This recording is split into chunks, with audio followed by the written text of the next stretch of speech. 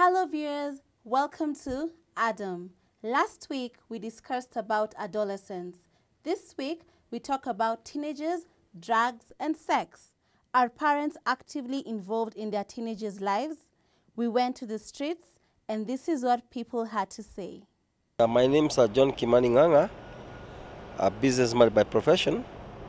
And on the questionnaire of whether parents are taking care of their children between the age of 13 and 19, my take is that there are two types of parents. One is the formal family where we have a father and a mother, and I think they do take care. In that I am brought up by my father, by my mother, and I know what I went through. I'm also married, and I know what I do to my children. And the problem comes when the father either has the children by himself, or the mother are divorced, or whatever it is. That's why we have the problem. Because a single parent, there are a lot of hassles that he's got to take care of. Like currently, I'm always busy. In the house, who is with my children? It's my wife.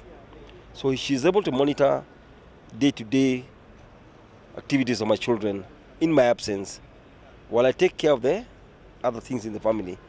But when you are single, especially the ladies who are single, she's the father, she's the mother, she's the hustler.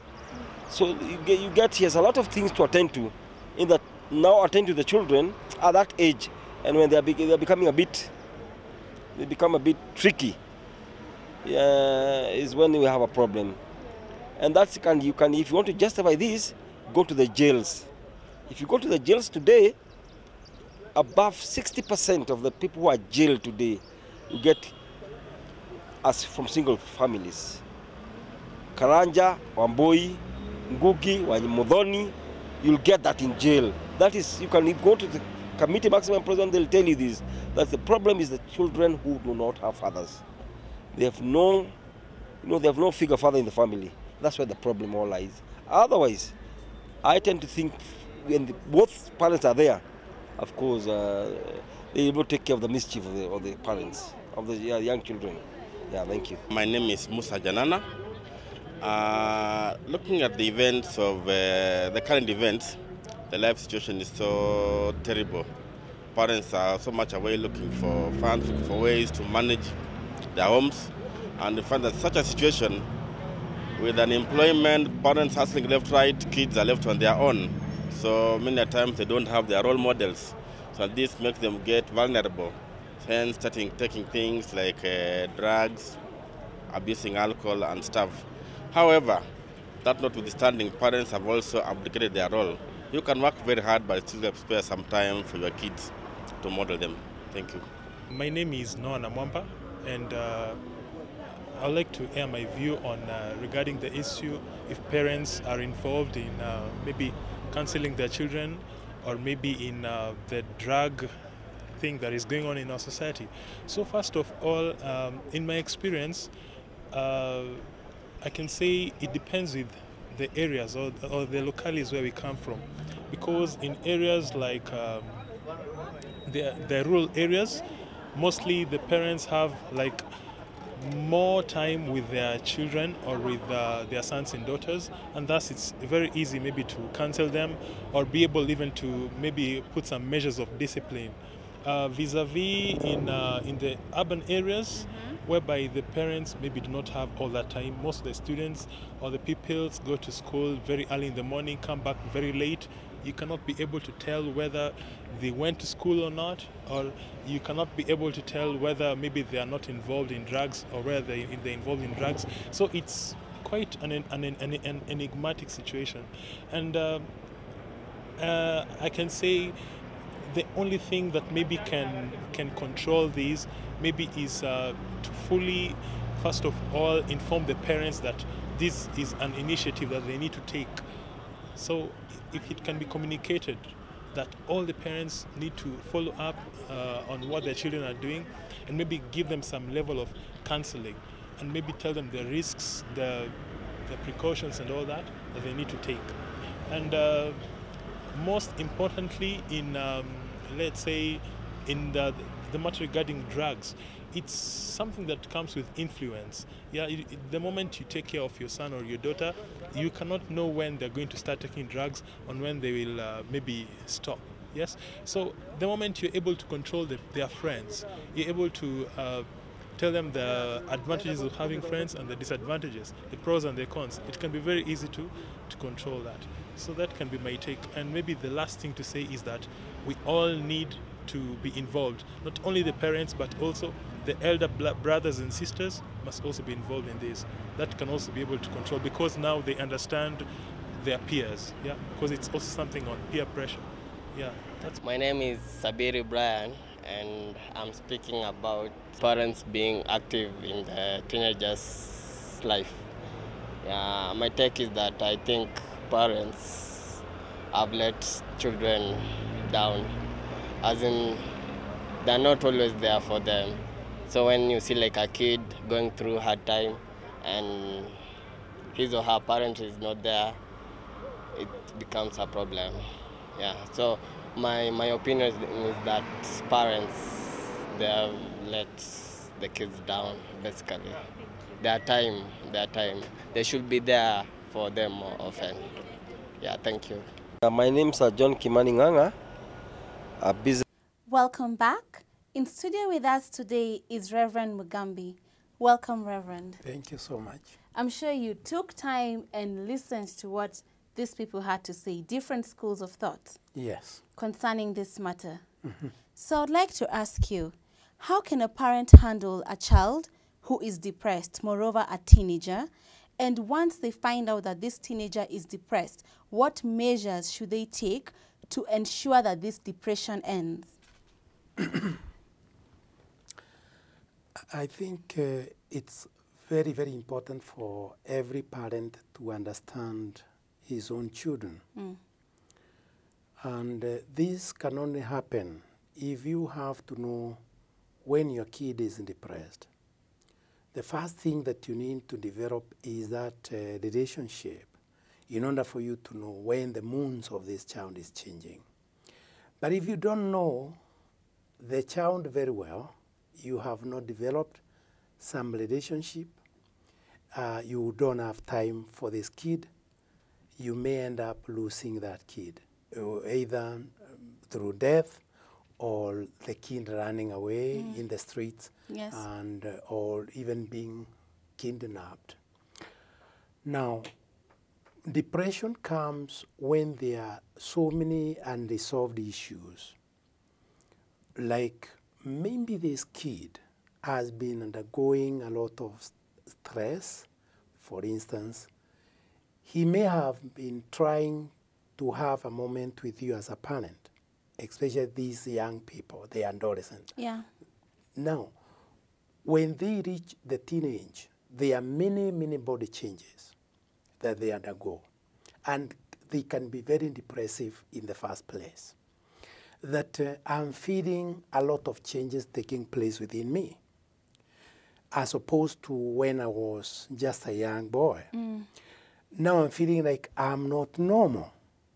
And my dad is not there, my mom is not there, Yeah. there is no mentor all around me who can make me understand what I'm feeling. Reverend, let me try and understand you a bit. Are you trying to say that children growing up, our boys growing up from, like during puberty, are you trying to say them going through puberty can cause depression?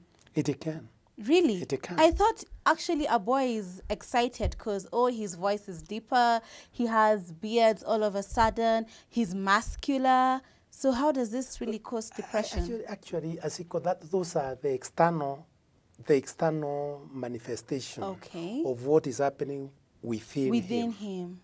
The other things that are going within him, because he is growing to be an adult. This guy feels like I can box even somebody. Yes. That's yes. the time that you feel or you hear boys become so defiant and violent. So there's a negative aspect to this Of and a course. positive Yeah, aspect. yes. And that is the moment the parents need to walk hand in hand with this kid, with this boy, so that he can explain every stage of life. If the parent has no wants, because, you know, there are parents who do not have wants that they can tell to their kids. Maybe Yes. they shy off from that kind of a topic, and they keep on asking. Then we would advise every parent to get someone who can mentor his son. In order for the son to ask freely Yes. these unanswered questions, for him to understand what is going on Yes. within him. Okay. The outside is okay, the beard and so on. The mask. You would feel, you would feel like he is somebody. But believe you me, at that moment is when the boys feel like they can even box their own mothers. They can fight with their dad. Yes. They wrestle. Because they're confused with the changes. Of And course. if you do not let him know it's normal, Yes. there's a negative aspect to it and a positive aspect, he Yeah. could end up retaliating in a wrong way. True. Ah, True. okay, yes. Therefore, when it comes to depression, he may be depressed by things that you may think they are okay. I mean, why? normal. Why is this boy depressed? He's not depressed because he's not eating well, or he's not dressed up well, but he's depressed by his own self. I mean, the inner part of himself is pushing him so much that he has nobody that he can offload it to. Yes. Therefore, that is the moment that this boy may withdraw.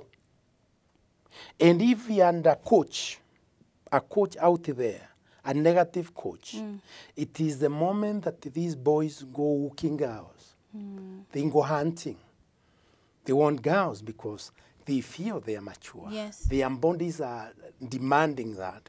And nobody has told me that, you know, if I have to have maybe a girl, I need to have or to develop a very positive relationship, a very healthy relationship, so that this I can give her also a time for her to go on with education. Yes. If yes. I mess her up, I will not even marry her. She may end up losing life or even education. Dropping out of school. Yes. It really happens to so many young girls. Yes, it happens because these boys are not taught on how they can also preserve their own beloved ones, Okay. these girls that they love. Okay, thank Yeah. you. Speaking of these boys, Yeah. everybody has friends. Even you have friends of your age who are your peers. Even these teenage boys have friends they go to school with, church with, the mosque with.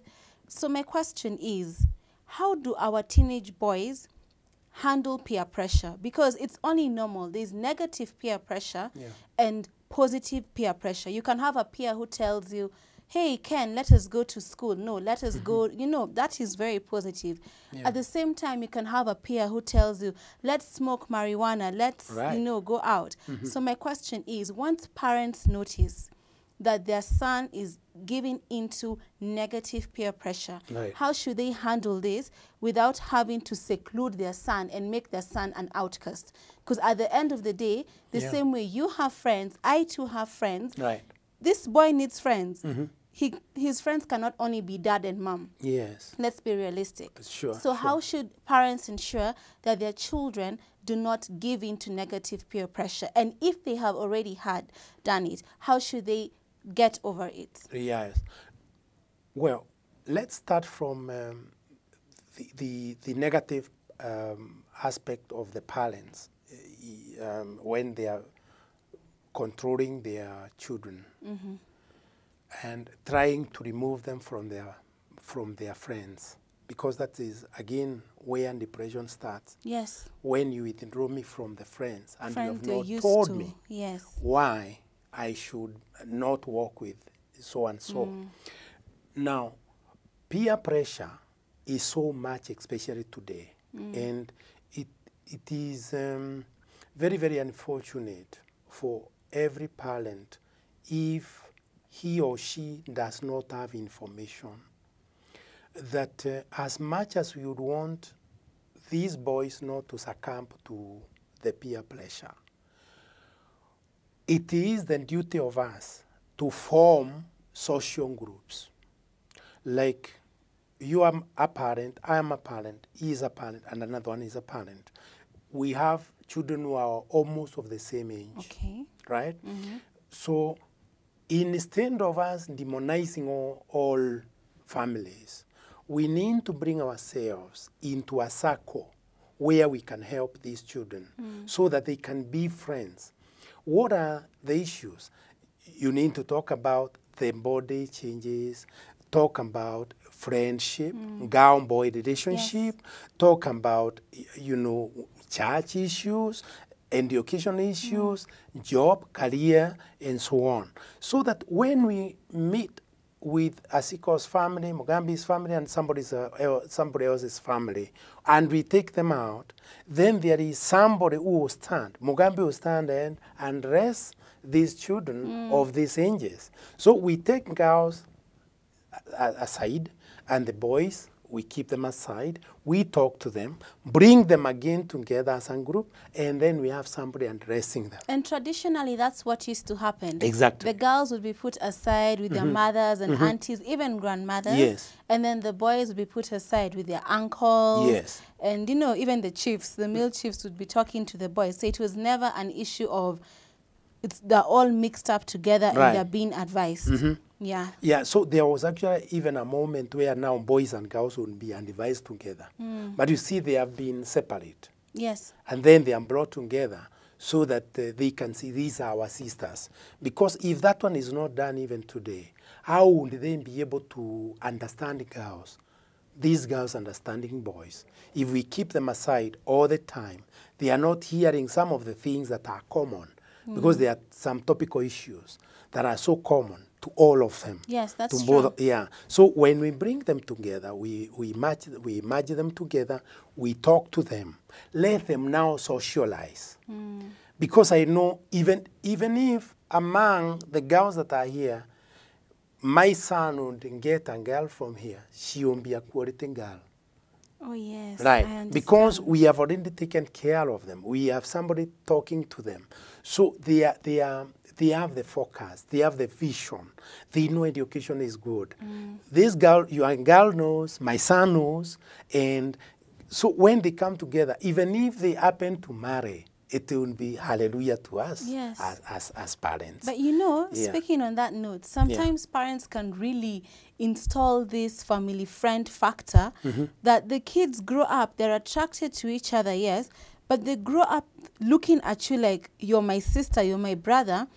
And then it reaches a point you're like, why isn't my son getting married? And your son opens up and says, Papa, this is the girl I've been eyeing all through, but you put it in my mind that she is my sister. So how far should we go with this family friend thing? Good. Because this example I'm giving you Yes. is reality.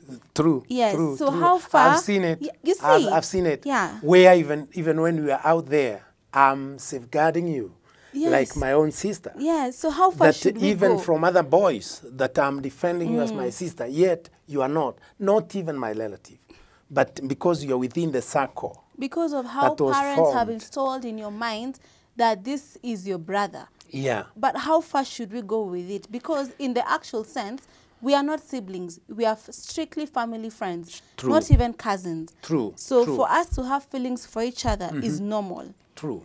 But True. how far should parents install this family friend factor?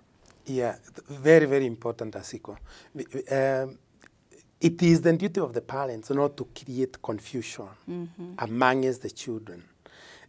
Because as much as we have formed the social groupings where we are bringing in our children, we need, as they grow, you know, there are these stages. There is a stage at which they think that this is my real sister.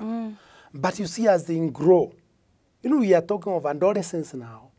They let them know that despite the fact that we are within the same circle, this is, if you feel like when the opportune time comes that you would want to get married to any of these, you can go ahead. You just inform us.